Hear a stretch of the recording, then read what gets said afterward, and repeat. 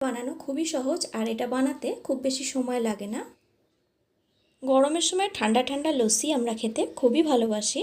আমি এটা যেভাবে বানিয়েছি বাড়িতে আপনারা অবশ্যই ট্রাই করে দেখবেন, কেমন হয়েছে কমেন্টে জানাবেন। আর নিত্য নতুন ভিডিওর আপডেট সবার আগে পেতে আমার চ্যানেলকে সাবস্ক্রাইব করে বেল নোটিফিকেশানটা অন করে দেবেন। তো চলুন বন্ধুরা, দেখে নেওয়া যাক এটা আমি কিভাবে বানিয়েছি আর এটা বানাতে আমার কি কি উপকরণ লেগেছে।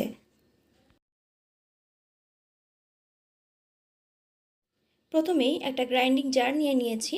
আমি এখানে বড় জারটাই নিয়েছি। এবার এর মধ্যে দিয়ে দিচ্ছি পরিমাণ মতো টক দই। এখানে আমি 3 হাতার মতো টক দই দিয়ে দিয়েছি। এই টক দইটা আমার ঘরে পাতা টক দই। আমি এর আগে টক দইয়ের একটা ভিডিও বানিয়ে রেখেছি, ডেসক্রিপশন বক্সে লিঙ্কটা আমি দিয়ে দেব, আপনারা চাইলে দেখে আসতে পারেন।